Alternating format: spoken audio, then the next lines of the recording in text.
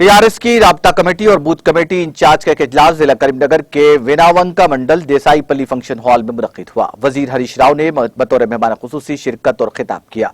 हरीश राव के साथ रुकन assembly Dasari Manohar Reddy, Peddi Sudarshan Reddy, N Lakshman Rao, JDP chairperson Vijay P Kaushik Reddy और टीआरएस उम्मीदवार जय श्रीनिवास यादव मौजूद थे। वजीर हरीश राव की मौजूदगी में नायब सदर मंडल प्रजा परिषद लता समेत कई कारकुन टीआरएस पार्टी में शामिल हुए। इस मौके पर खिताब करते हुए वजीर हरीश राव ने कहा कि अच्छे दिन बीजेपी हुकूमत में नहीं है। उन्होंने सवाल किया कि मरकज की बीजेपी हुकूमत ने अवामी शोबे की कंपनियों को फरोख्त करने के अलावा क्या किया है।